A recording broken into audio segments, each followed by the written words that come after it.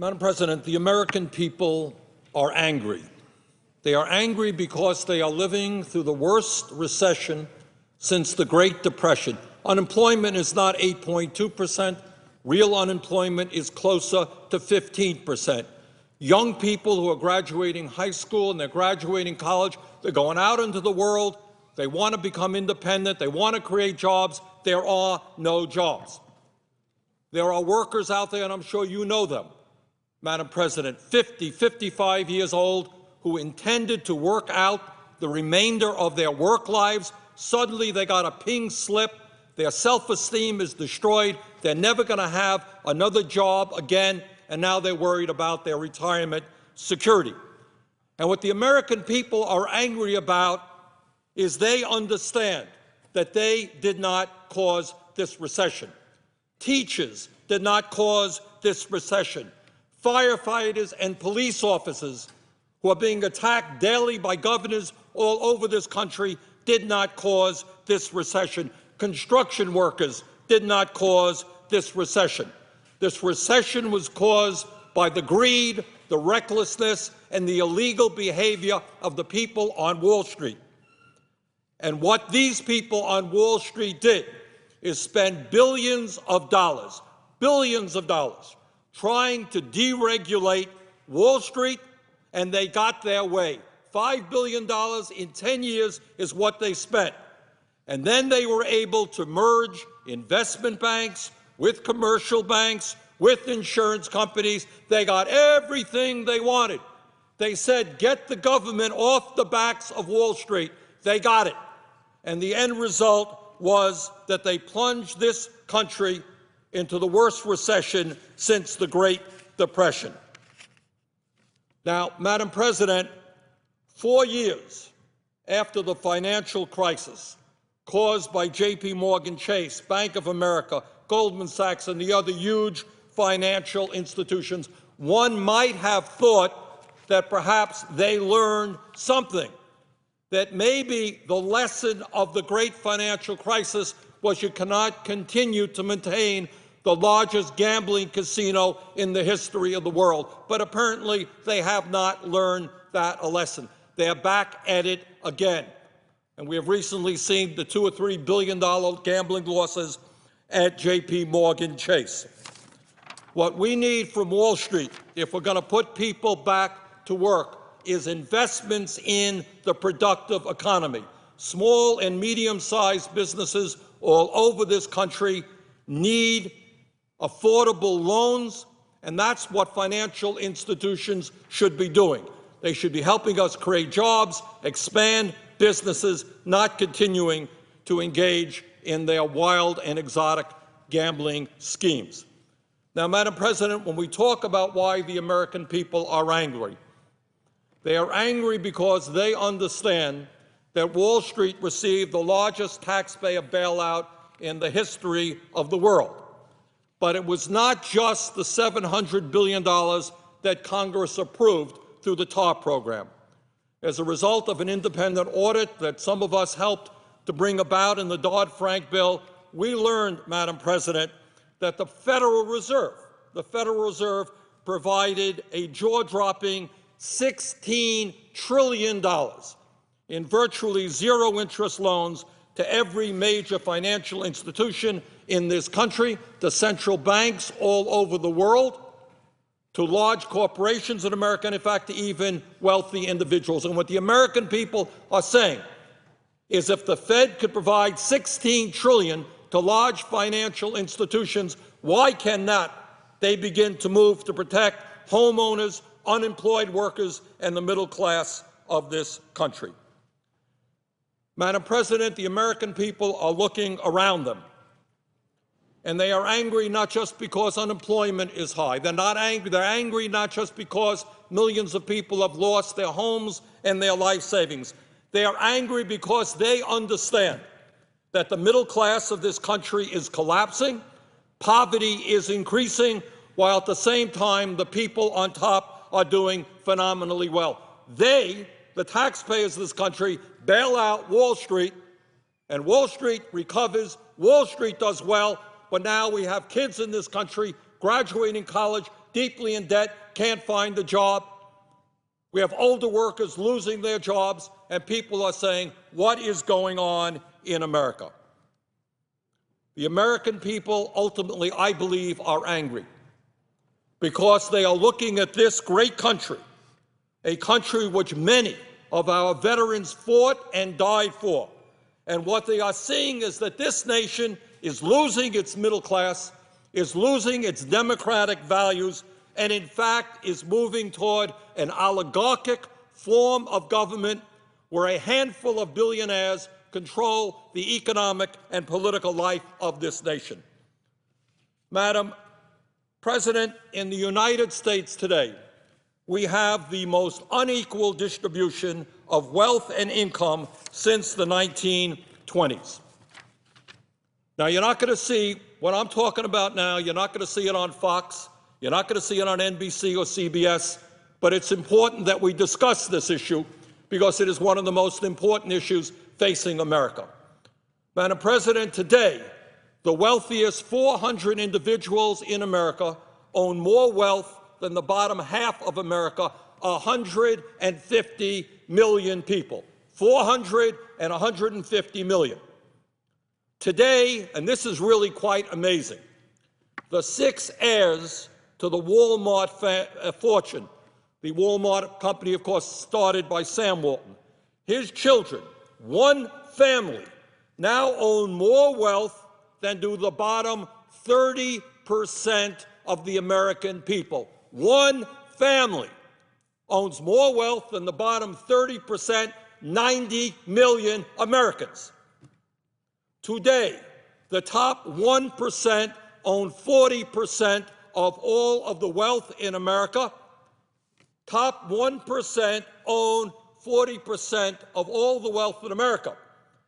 Madam President, what do we think the bottom 60% of the American people own? I ask this question a lot around Vermont. Have a lot of meetings. Say, what top 1% owns 40%? Okay. People say, yeah, we understand. That's not good. We understand that. What are the bottom 60%? People say, well, maybe they own 15%. Maybe they own 20%. Well, the answer is they own less than 2%. Less than 2%. So you got the bottom 60% of the American people owning less than 2% of the wealth. Top 1% own 40% of the wealth. And here's another astounding fact. And again, I know we don't see this too much in the media. Many of my colleagues don't talk about it too often. But incredibly, the bottom 40% of the American people own 0.3% of the wealth of this country. And I know we have some of my colleagues coming up here and say, look, not everybody in America is paying taxes. You got millions of people who are not paying any taxes. No kidding. They don't have any money because all of the money is on the top. Madam President, according to a new study from the Federal Reserve, median net worth for middle-class families dropped by nearly 40% from 2007 to 2010, primarily because of the plummeting value of homes. That is the equivalent of wiping out 18 years of savings for the average middle-class family. Now, I've talked a moment about distribution of wealth. That's what you accumulate in your lifetime. Let me say a word about income, which is what we earn in a year. The last study that was done on income distribution was done recently, and this is what it told us, and this is really, literally quite hard to believe. The last study on income distribution showed us that between the years 2009 and 2010, 93% of all new income created in the previous year went to the top 1%.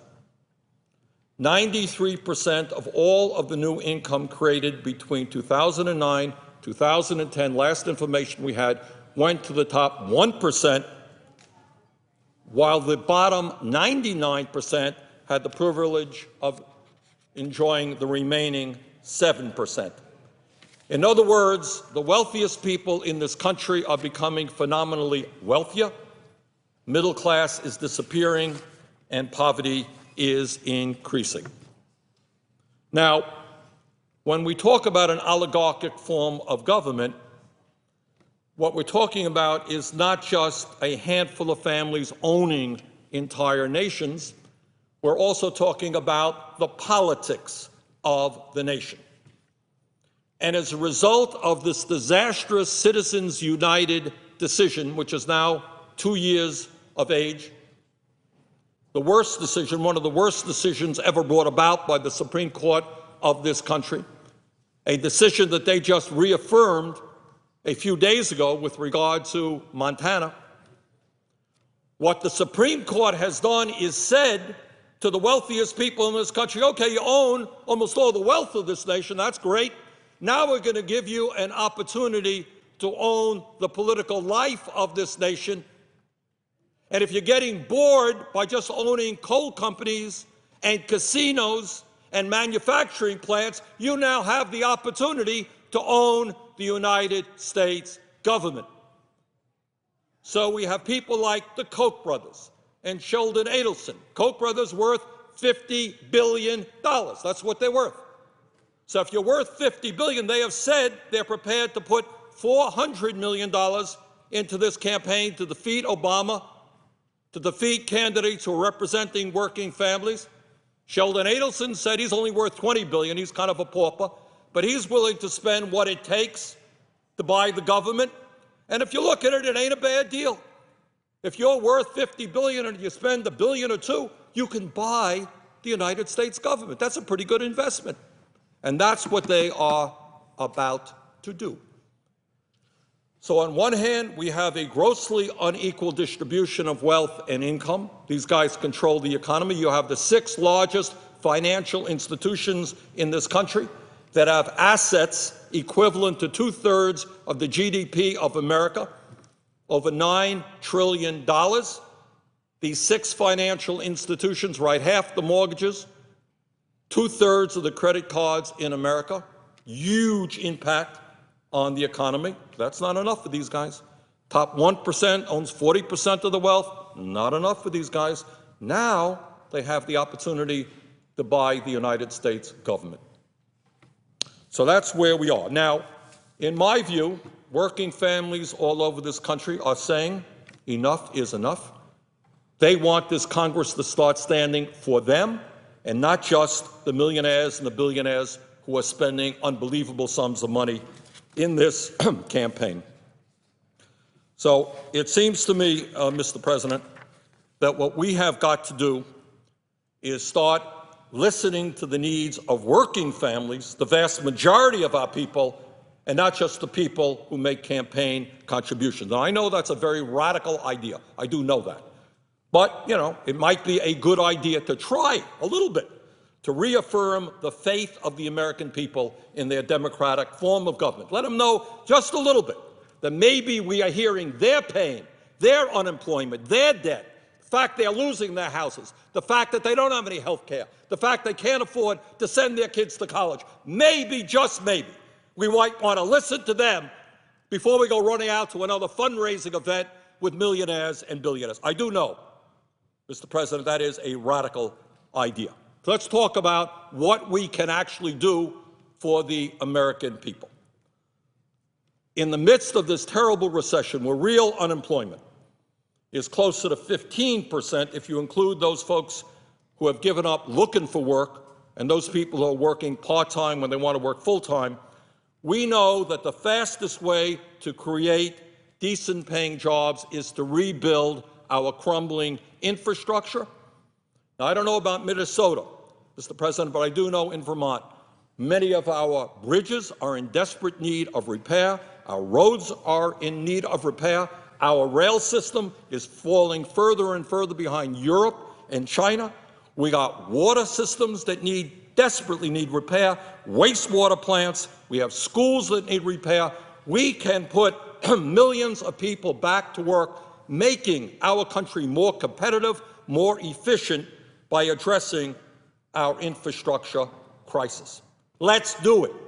It is beyond my comprehension that we can't even get a modest transportation bill. I know that Chairwoman Boxer and Senator Inhofe are working on a modest transportation bill. We can't even get that through the House. In fact, we've got to do a lot more than that, but at least they're making the effort. Mr. President, at a time when we spend some $300 billion a year importing oil from Saudi Arabia and other foreign countries, at a time when this planet is struggling with global warming and all of the extreme weather disturbances that we see and the billions of dollars that we are spending in response to these extreme weather disturbances, we need to move toward energy independence. We need to reverse greenhouse gas emissions. In other words, we need to transform our energy system away from fossil fuel into energy efficiency and into sustainable energies like wind, solar, geothermal, and biomass.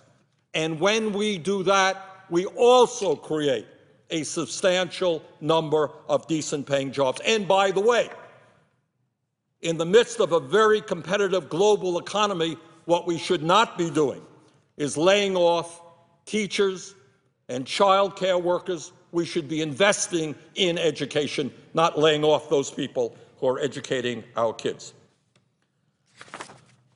Mr. President, I know that there is a lot of discussion on the floor with regard to the national debt, almost $16 trillion, the deficit, over $1 trillion. That is a serious issue, and we've got to deal with it.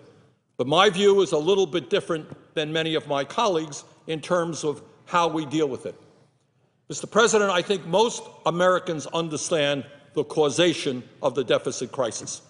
And that is President Bush went to war in Iraq and he went to war in Afghanistan. And you know, he just forgot something. We all have memory lapses, don't we? Go shopping and we forget to buy the milk or the bread. He had a memory lapse. He forgot to pay for them. A couple of $1 trillion, and he forgot to pay for them. And all of our deficit hawks out here, all of those folks who say, got to cut food stamps, you got to cut education, you got to cut health care. Oh, 2 wars, $2, $3, $4 trillion. Hey, no problem at all. And for the first time, as I understand it, in the history of this country, we went to war, which is an expensive proposition, and at the same time, not only did we not raise the money to pay for the war, we went the other way. We decided to give huge tax breaks, including to the wealthiest people in this country. You spend trillions going to war, you give tax breaks to the wealthiest people in this country, well, that begins to add up. That's called creating a deficit. And then on top of that, because of the greed and the recklessness and illegal behavior on Wall Street, which drove us into this recession, when you're in a recession and people are unemployed and small businesses go under, less revenue is coming into the federal treasury. If you spend it a whole lot, less revenue is coming in, you have a deficit crisis. Now, some of my Republican friends, and some Democrats, I should say, they say, well, maybe we should have paid for the war. Yeah, you're right. Maybe we shouldn't have given those tax breaks to the rich. Yeah, maybe you're right. But be that as it may, we are where we are, and we need deficit reduction, and we know how to do it. We're going to cut Social Security. And my friends back home, when you hear folks talking about Social Security reform, hold on to your wallets, because they are talking about cuts in Social Security. Nothing more, nothing less. They're talking about something, I don't know about Minnesota, Mr. President. In Vermont, nobody has heard of the concept called chained CPI. Every place I go, I ask them. People don't know. What chained CPI, which is what they're trying to pass here, is the idea, and I know senior citizens back home are going to start laughing when I say this. It is the belief that COLAs for Social Security are too high. And seniors back home are scratching their heads and saying, wait, we just went through 2 years when my prescription drug cost went up, my health care costs went up, and I got 0 in COLA, and there are people in Washington, Republicans, some Democrats, they think I got too much in COLA. What world are these people living in? And that's the reality. So some of the folks here want to pass something called a chained CPI, which if it were imposed, and I will do everything I can to see that it does not get imposed, what it would mean is between the ages of 65 and 75, you would lose about $550 a year. And then when you are 85 and you're trying to get by on $13,000 or $14,000 a year, it would cost you about $1,000 a year. That's what some of our colleagues want to do. Virtually all the Republicans want to do it. Some Democrats want to do it as well. I'm going to do, as chairman of the Defending Social Security Caucus, everything that I can to prevent that. Now, they also want to cut Medicare, and they want to cut Medicaid. Well, we got 50 million people without any health insurance at all. We got people paying huge deductibles, Medicaid covering nursing home care. They want to cut Medicare and Medicaid. They have the brilliant idea, some of them, that maybe we should raise the retirement age for Medicare from 65 to 67. Mr. President, tell me about somebody in Minnesota who's 66 and is diagnosed with cancer.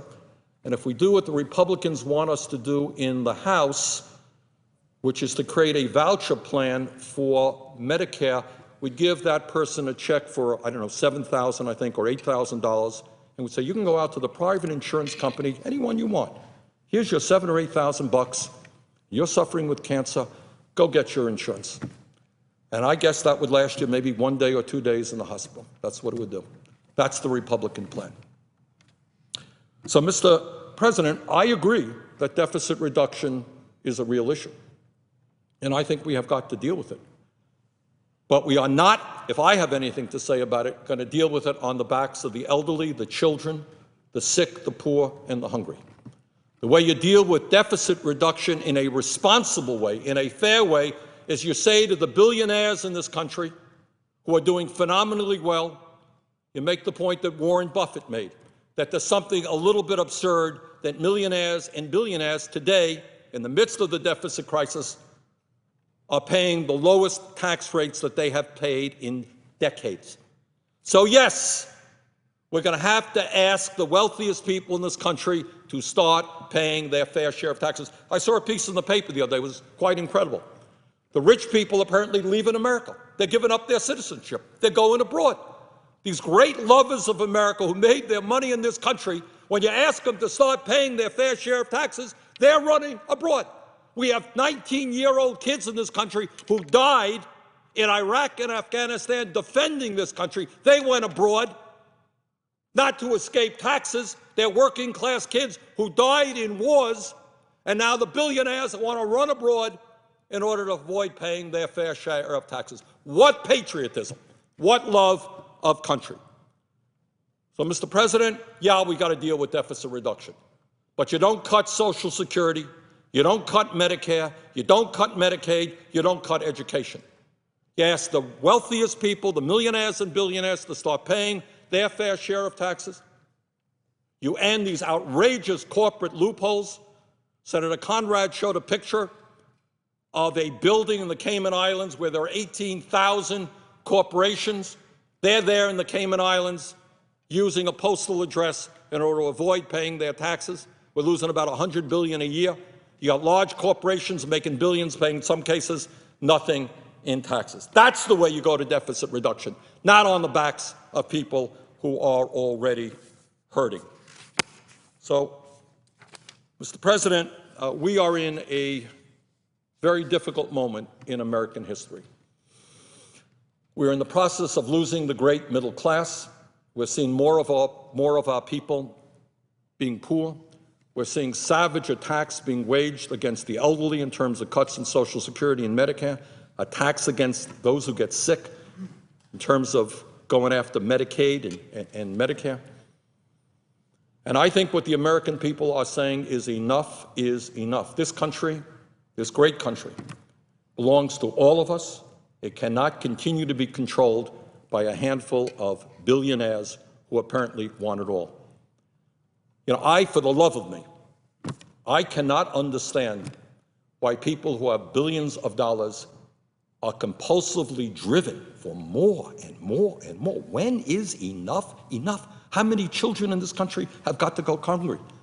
How many people have got to die because they don't go to a doctor because you want to avoid paying your taxes? Well, that's not what America is about. That's not what people fought and died to create. So, Mr. President, with that, we've got a fight on our hands.